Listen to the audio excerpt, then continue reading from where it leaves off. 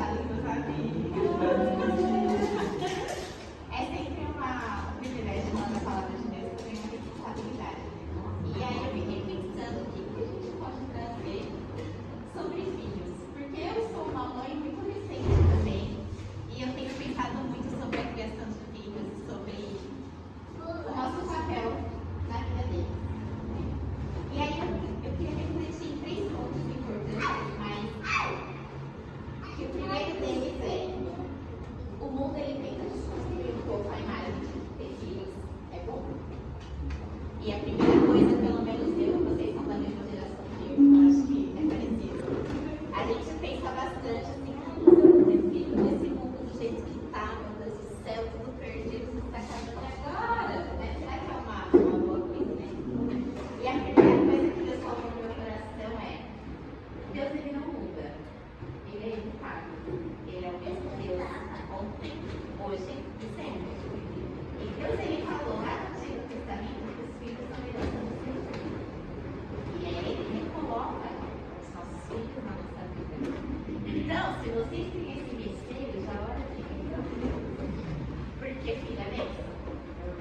E não importa a época, não importa o rumo que a humanidade vai tomar. A gente sabe que a gente tem um Deus que ele não perde o controle.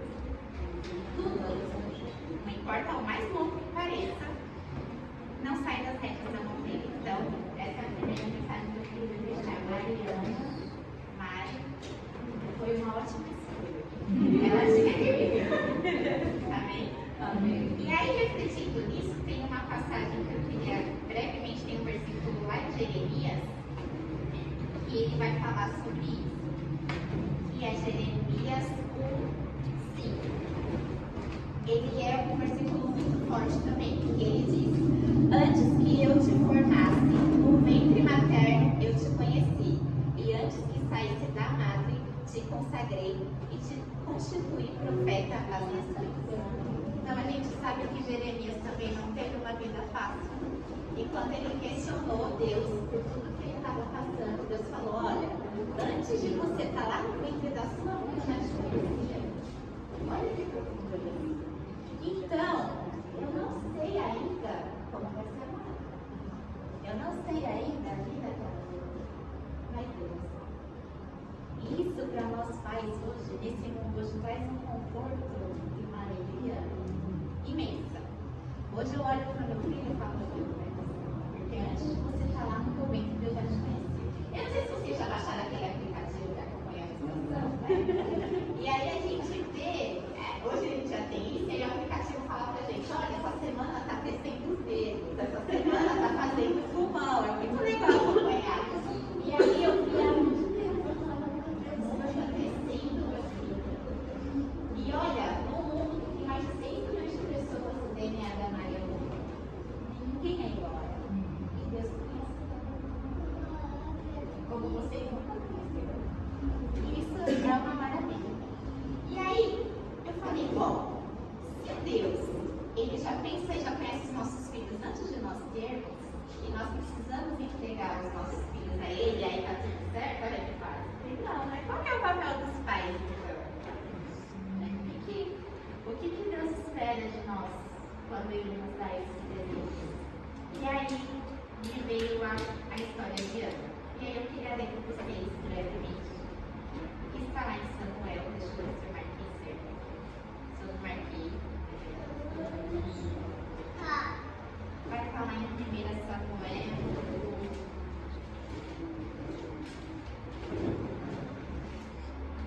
Aqui.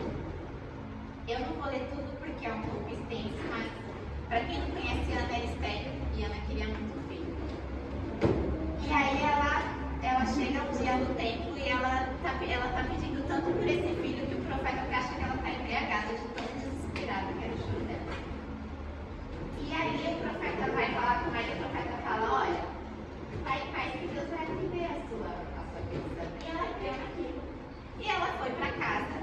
E aí ela comentou com o marido dela, e aí a Bíblia fala que Deus se lembrou dela. E ela teve filho. Só que ela tinha feito um voto com Deus. Ela falou para Deus: se você me der um filho, eu vou entregar o meu Senhor, porque ele vai viver a serviço na sua casa. Isso está lá em 1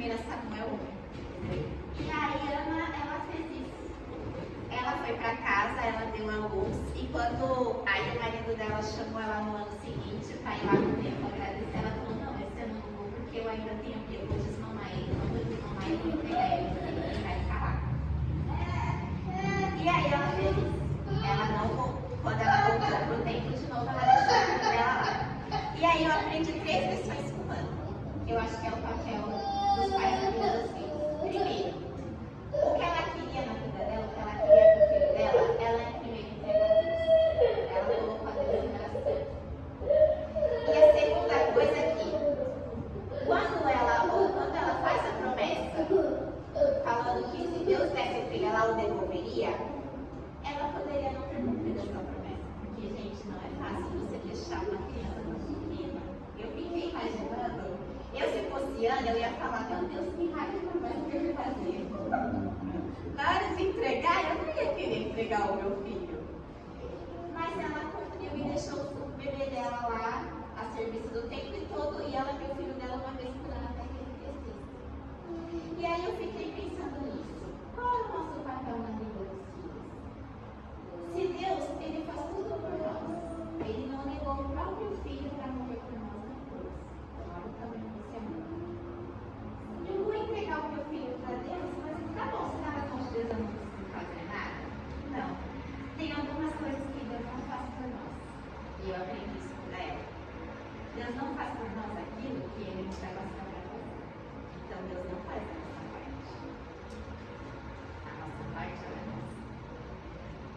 Então, o que acontecia? Samuel ele cresceu no tempo, ele foi o maior profeta.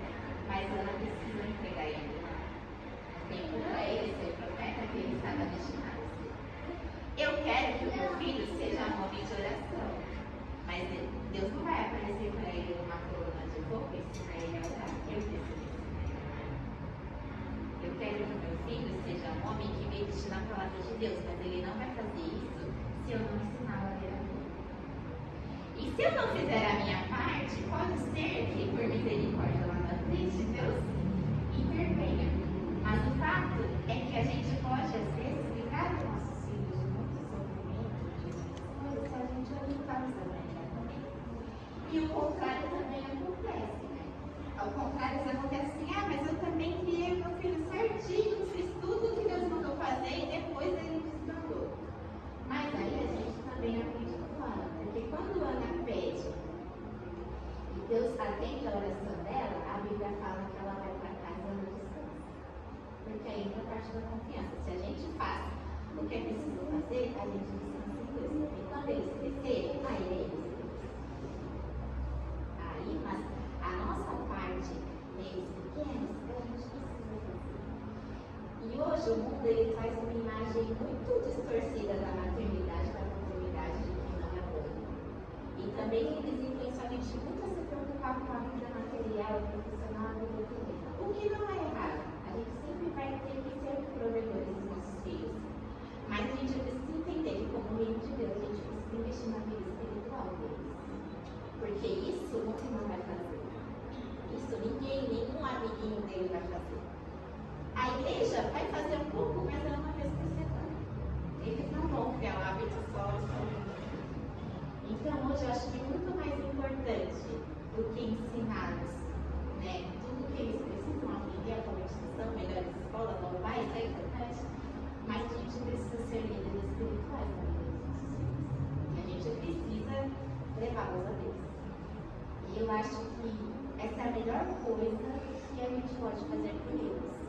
E a gente acha que eles não aprendem, mas eles aprendem. O Gaelzinho faz assim pra orar. Não presta atenção em nada, tá bagunçando, mas deixa a oração ali. Eles aprendem. E isso é maravilhoso.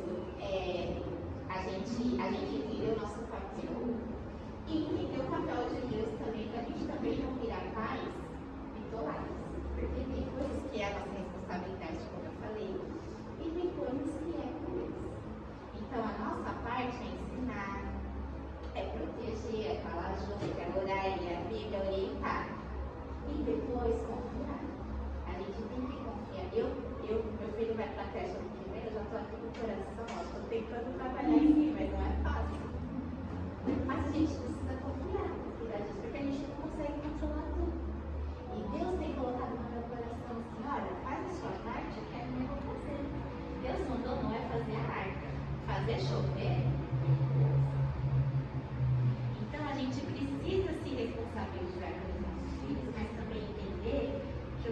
está na nossa alçada, a gente precisa.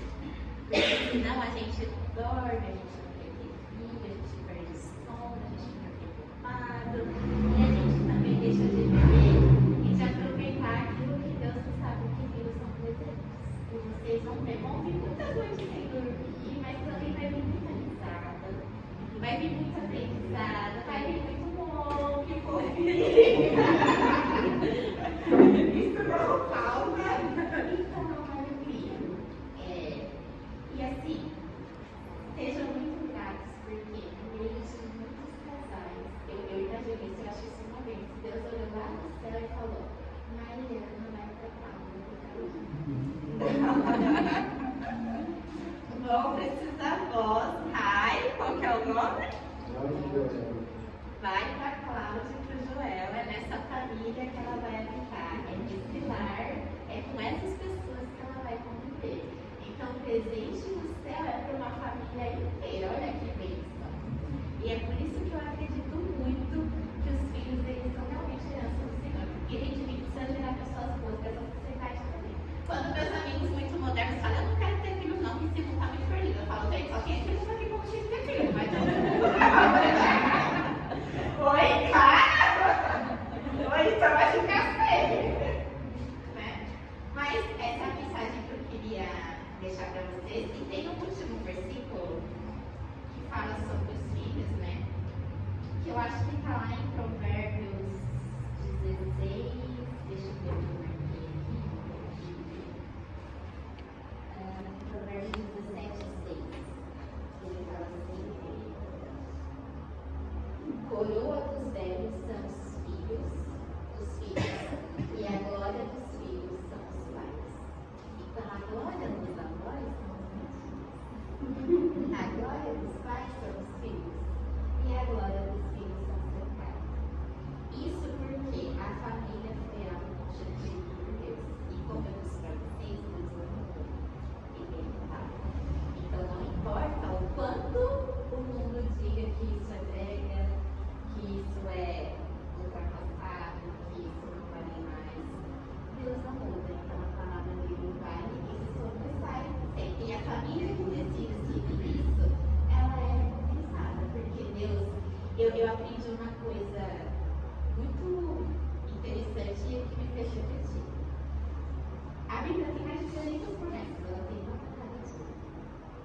E as promessas não são para todas as pessoas, são para os filhos. Porque a promessa requer obediência. Você obedece, você ganha a promessa. Você não viver uma vida de obediência, você não tem a promessa. Mas quando a gente vive uma vida de obediência a Deus, ele cumpre a promessa. Sabe por quê? Porque Deus, ele não pode mentir. E ele não pode negar a si mesmo. Então, se ele promete, ele cumpre. Então, eu acredito que se a gente investe na nossa família, se a gente cuida dos nossos filhos, se a gente orienta os nossos filhos a Deus, não importa o quanto a sociedade seja torta, vai dar certo. Então, gente, curtam muito a família. Aproveitem.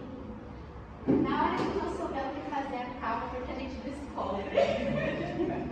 E vai dar certo, viu? E essa é a mensagem que eu tinha para vocês. Amém.